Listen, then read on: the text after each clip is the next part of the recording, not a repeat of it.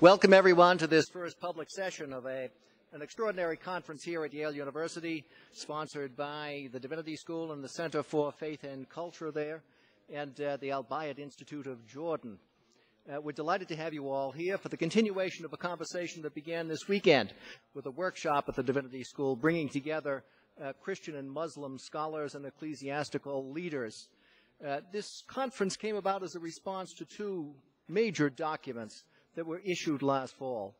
First of all, a common word issued by 138 of our Muslim leaders, our brothers in faith in Islam, who challenged us as Christians to think seriously about those things that we share in common, a love of God and a love of neighbor. Scholars here at Yale responded briefly with a document on love of God and neighbor. And out of these two documents has emerged the series of conferences that begin with this conference at Yale. A new era, we hope, is dawning in Christian-Muslim relations because of these two extraordinary statements. In order to move this document and this process along, we have with us tonight one of the major figures in American politics.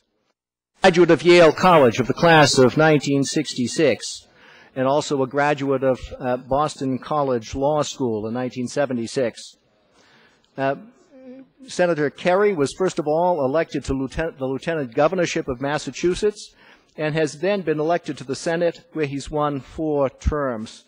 And he's been serving on the Foreign Relations Committee for more than 20 years. He's made more than 20 trips to the Middle East. He's been intimately involved in many of the issues that have been on the table for this conference. Most recently, he has met with King Abdullah in Jordan to discuss the issues of Christian-Muslim reconciliation and the relationship between religion and politics. We're delighted to have with us tonight this extraordinary Yale alum and this extraordinary leader of American politics. And we are looking forward very much to his remarks on the subject of this conference. Senator Kerry, welcome. Thank you very, very much, Moshe.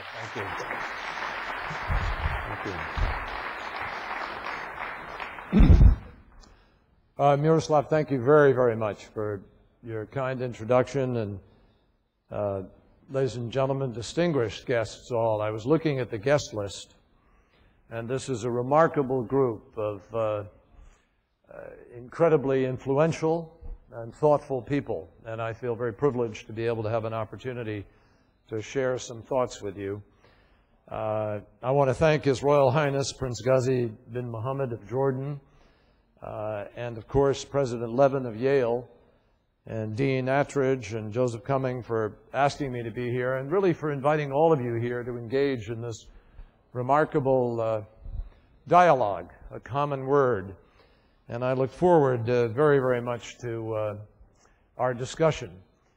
Let me just begin by telling you that it's a very strange thing for me to walk back into this room, particularly in the summertime when there are no students here. I've never been here when there are no students here. But I spent many a lecture sitting sort of back up in there, pretending that I was awake, and trying very hard to learn something. But this room was the room in which we often debated. I remember I was on the debating team, and we had a great debate from right here with our friends at Cambridge University in England, the first ever transatlantic phone call for a debate. Today it would be video conferenced and video text and DVD'd and entirely re-repeated. But I also, in this room, challenged the then president of Yale University, Kingman Brewster, on the subject of the war in Vietnam. And I remember quoting to him Dante's comments that the greatest places in hell are reserved for those who in times of great moral crisis maintain their neutrality. And he promptly got up and maintained his neutrality. I really can't emphasize enough how important this discussion is. And it's why I wanted to take time to come here tonight, even though the Senate is in session in our last week, and we are embroiled in some very tough issues. But to me, this meeting is a meeting that can help change the world. And so I congratulate those of you who have traveled from afar, and I congratulate those of you who have come from various parts of our own country, understanding how important this dialogue is. The American novelist Michael Chabon recently asked, is there anybody else who feels that it might be best if we just started the 21st century over again? As someone who narrowly lost the presidency in 2004, I try very hard not to worry about do-overs. And I do mean try very hard. But as a person of faith, it's hard to avoid a sense of regret about all the ground that we've lost in a few short years in our quest for interfaith tolerance and understanding. We've barely broken the seal on the 21st century, but already it's been marked by, well, not just by burning buildings and occupying armies and riots and roiling images of bloodshed and humiliation, but also by an even deeper and more widespread worry, by a question you hear whispered, spoken quietly in the shadows. What if we can't live together? What if the gulf that separates us is unbridgeable? Maybe we just need higher walls and more visas. Maybe coexistence is just too difficult. Well, demagogues will play cynically to this pessimism, but most leaders of good conscience and most people of real faith, I believe, talk otherwise. They believe that we can and we must, and God willing, we will find a way to live together better than we have, and that is why you're here. That's what brings you here, that faith.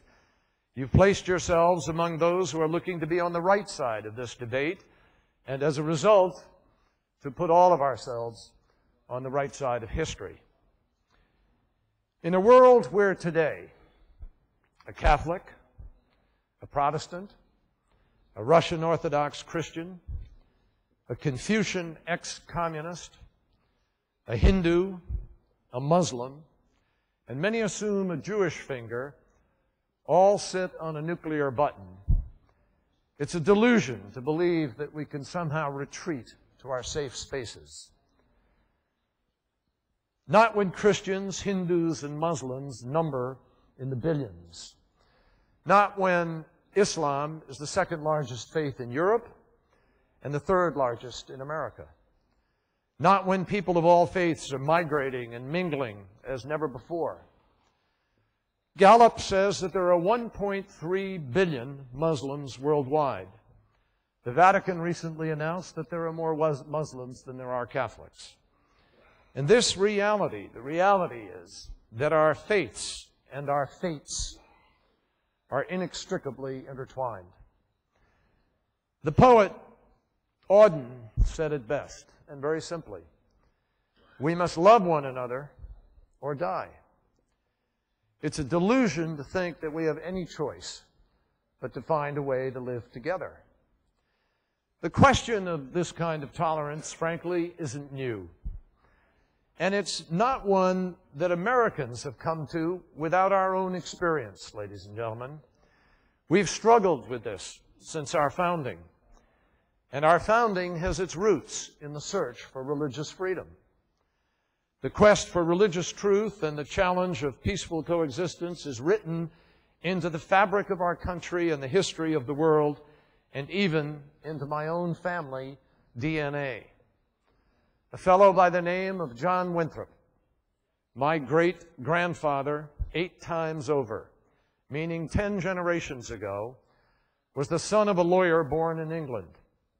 His passionate faith and the disagreements with the Anglican Church inspired him to lead a ship full of religious dissidents across the Atlantic to America to seek freedom to worship. On the deck of the ship they came over, the Arabella, he delivered a sermon. And in that sermon, he wrote words that have been often quoted famously by President Reagan. For we must consider that we shall be as a city upon a hill. The eyes of all people are upon us. It wasn't long before these religious dissidents, many of whom lived in the city of Salem, which took its name from salam, shalom, peace. They experienced their own religious strife, having come to get away from it. They accused women of witchcraft, and they burned them at the stake. In this city on a hill, Winthrop clashed with a rogue preacher named Samuel Gorton. And when Gorton compared Winthrop to Pontius Pilate and his followers to idol worshippers and vipers, Winthrop responded by putting him in shackles and having him arrested. And when Gorton refused to stop preaching, Winthrop expelled him into the wilderness. More doctrinal differences arose, this time over relations between church and state. And ultimately, they would soon exile a fellow by the name of Roger Williams from Massachusetts. He was accused of wanting to banish God from government. Williams was threatened with deportation back to England. Instead, he left Boston, leading his flock, wandering through the woods in the winter in Massachusetts, until he finally burst out on a huge bay, now called Narragansett Bay in Rhode Island, and he discovered and founded a city called Providence, which he named Providence because of what it offered as a safety from the oppression that they had fled from. And the fact is, that is now the capital of the state of Rhode Island, the neighbor to this state. Then a theologian named Thomas Hooker broke with the Massachusetts leadership because he believed that all authority in state or religion must rest on popular consent. It wasn't long before he left Massachusetts and founded Hartford, Connecticut, this very state, now the capital. Yet another pastor, John Davenport, called for his congregants to burn their rings, cloaks, wigs, and other vain personal items in a large bonfire, along with religious books that he considered to be wicked. What happened? You guessed it. He left town to found a colony in Connecticut, making him one of the first to forsake Cambridge, Massachusetts for greener pastures right here in New Haven. And Davenport College, right here at Yale University, is named after him. Today, my friends, those differences are inconceivable. Today, we live as neighbors, brought together more by what unifies us than anything that possibly divides us. These early disagreements, all among a group of Christians who shared disagreements with the Anglican Church, led them to a new world in the first place. Let me tell you something. It reminds me of a joke that a friend of mine told me. A Jewish man was remarkably rescued after he had been stranded for years on a desert island. And he welcomed some news crews to his rescue. He showed them a bucket, and he says, "This is how I got my rainwater." And he showed them his coconut tree, and he walked past a snake pit, which he learned how to avoid. And then they arrive at a clearing, and he shows them 2 shining temples. And the man says, "These are my 2 synagogues."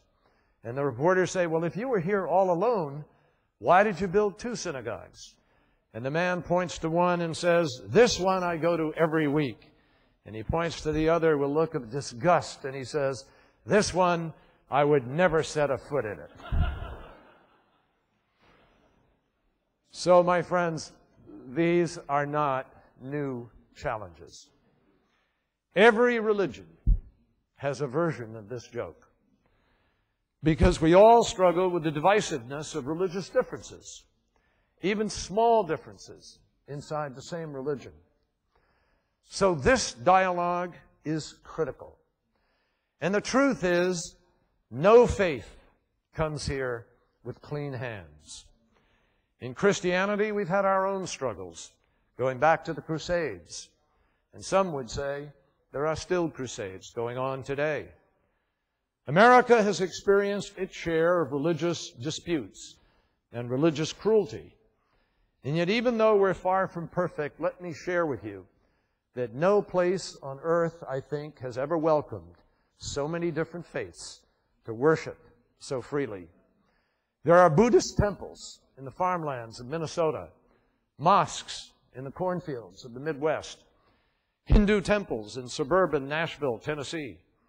Ours is a country not only of white church steeples, but of synagogues, of minarets, of Muslim mosques, of golden domes and shikara, of Sikh temples, of monasteries, Buddhist as well as Catholic.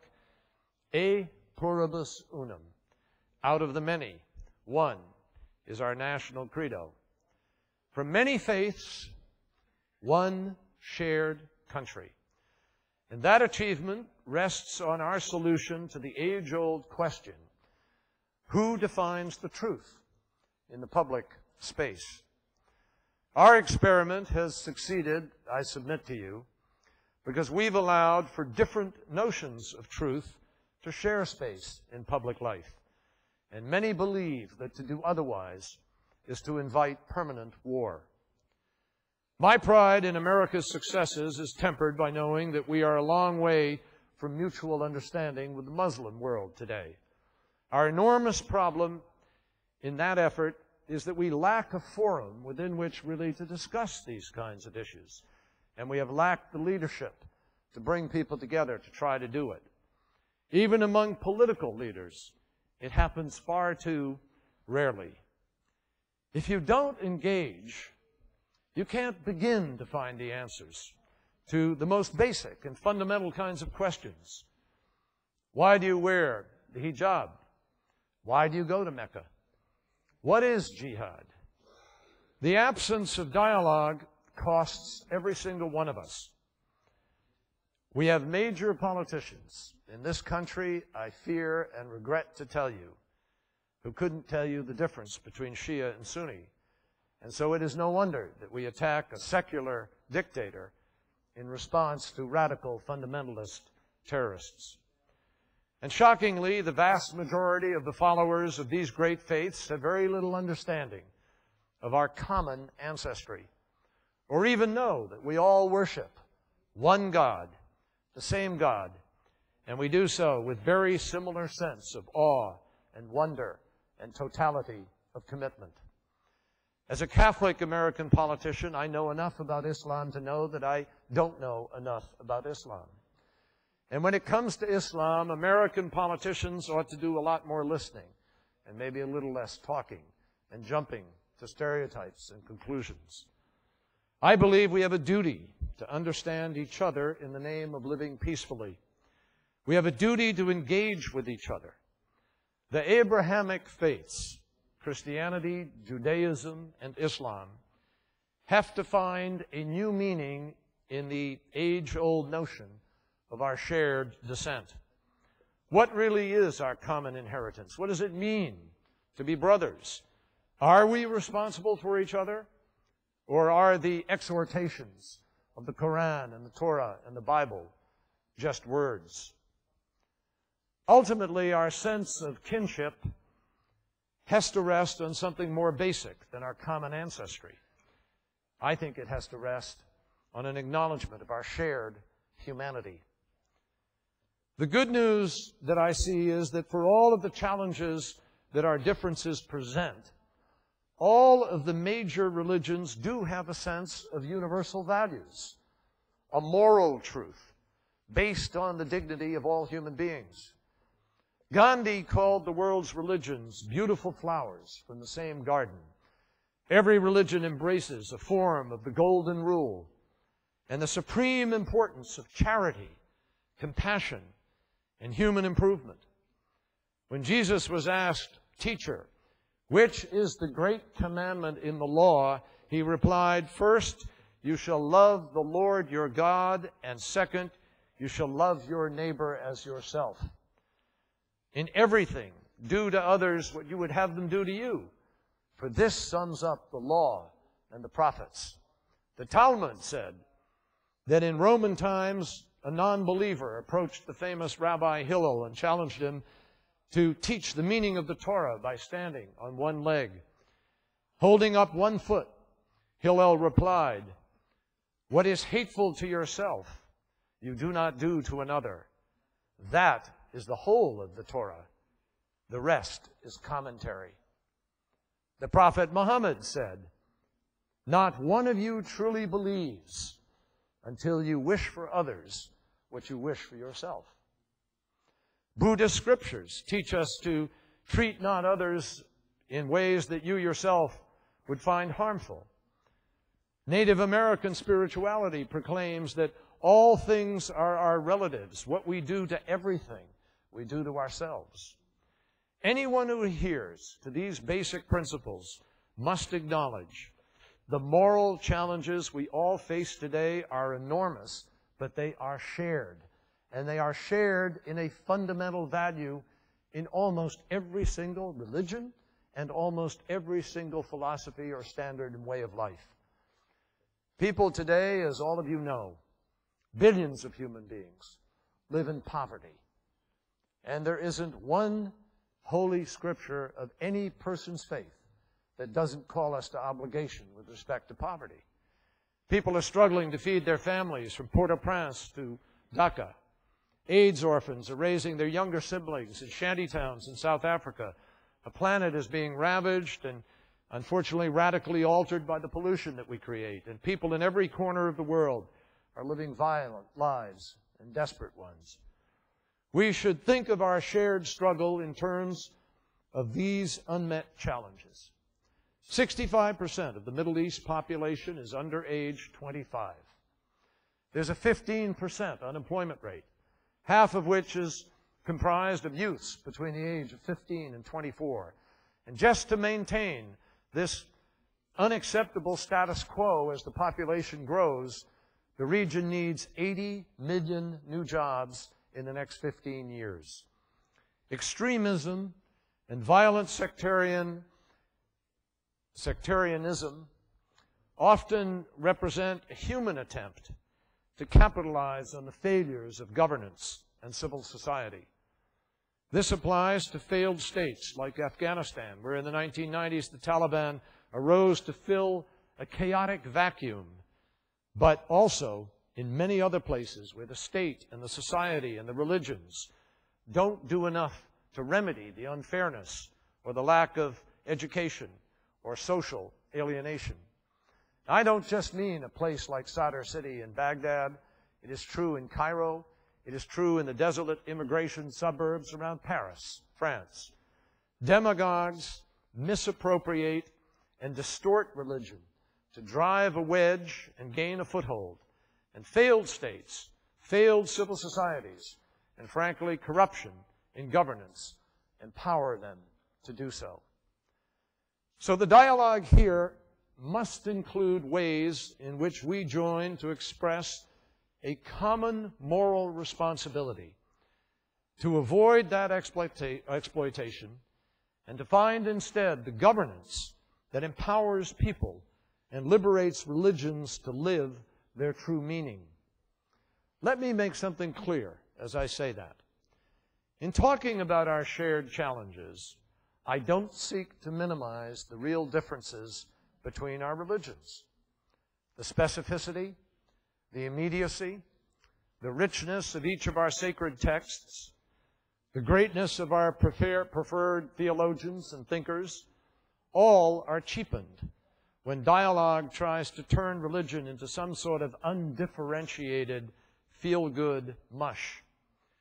We don't need to succumb to that in order to find the kind of tolerance that will permit us to coexist. Nor can we hope to remove any influence of faith from our public life. And I believe we shouldn't even try, because if we are not shaped by our faith, then we don't have faith. In fact, in all of this, it's important for us to remember what faith is. Faith, to the persons who have it, is truth. But in the end, faith is really a belief beyond the evidence, or as some people say, a belief in the evidence yet to come. Who pronounces the truth? As all of us know, in the end, God does, not us.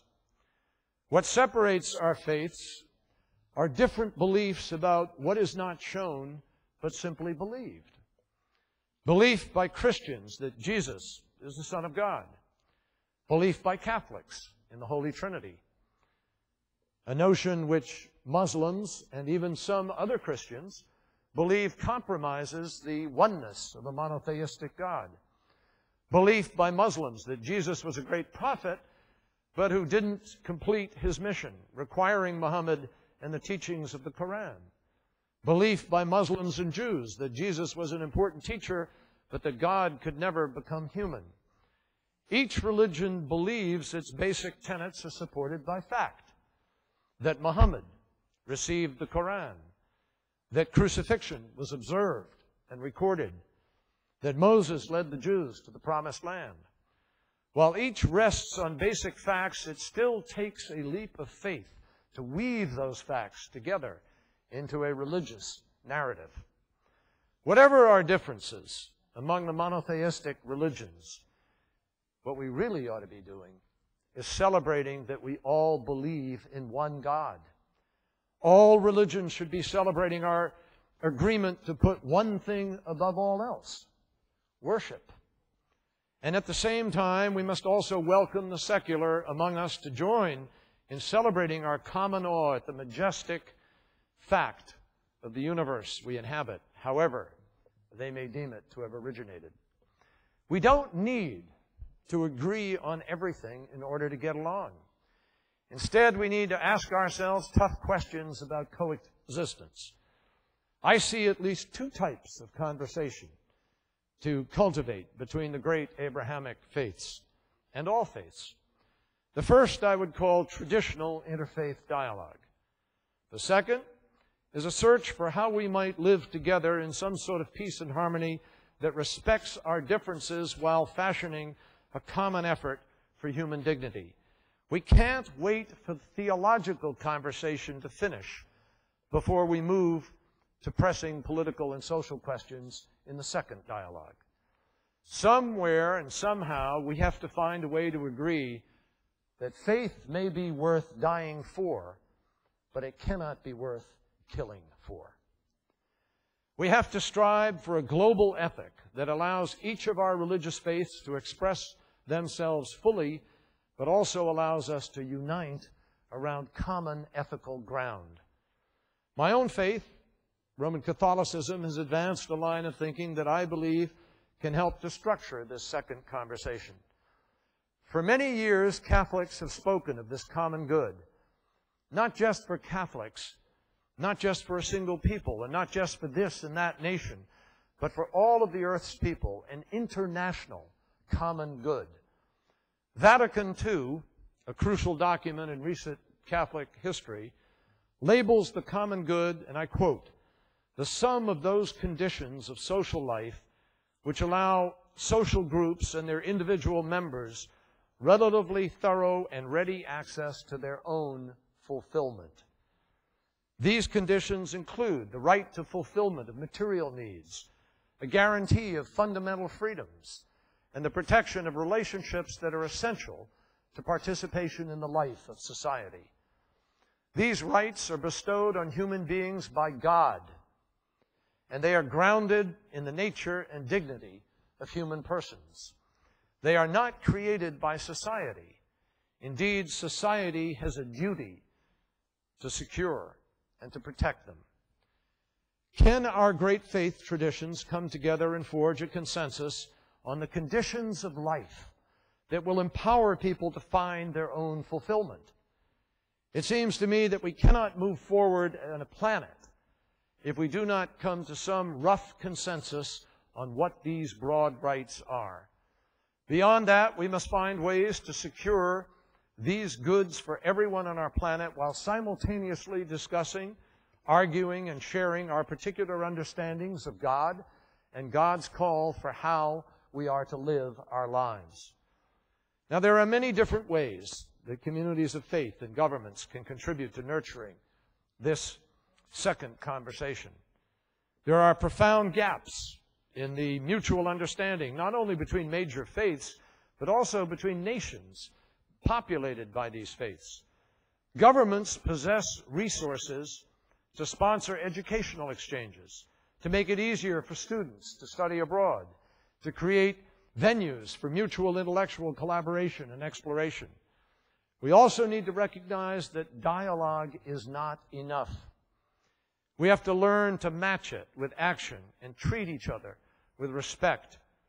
Napoleon, for example, arrived in Egypt declaring his love and respect for the Muslim religion, and even hinting that he himself was eager to become a Muslim. And then he pillaged the country. It's not good enough to talk a good game. Our actions must foster coexistence as well. And I happen to believe very deeply, as do many of my colleagues in government, that for many of us that will begin by putting the Middle East peace process in its comprehensiveness back on center stage and working as a legitimate, honest broker between all parties in order to right everybody's grievance. I believe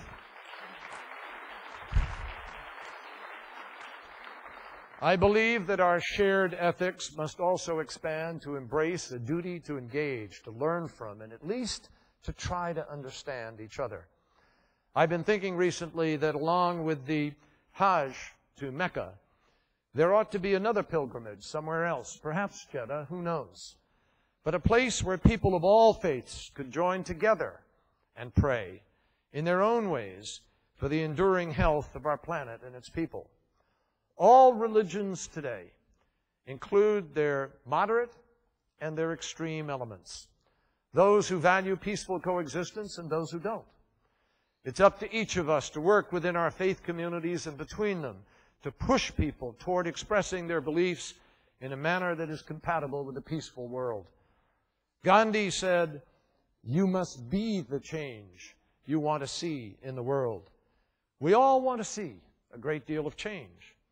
Somewhere between religious war and religious harmony, the love that each of our faiths command in tolerance, acceptance of other people's freedom to believe is essential. I am so impressed and so grateful to A Common Word for not merely longing for a better dialogue, but for standing up and delivering one. We've come here together to make an honest effort at understanding, and when you do, whatever your faith, I am convinced you are doing God's work. My ancestor, John Winthrop, saw his colony in Massachusetts as a city upon a hill, as I said, an example to teach others how to live an ideal life. And today, it's up to all of us to build that kind of city on a hill, one that can't be walled off, one where those who disagree are not locked up in shackles or exiled into the wilderness. We still need to set an example for the world. We have lessons to teach humanity. Only now the lesson is we must love one another or die. We must learn how to love our faiths and live them side by side. In the 21st century, that will be our city on a hill. May God bless you all, and thank you for the privilege of sharing these thoughts with you.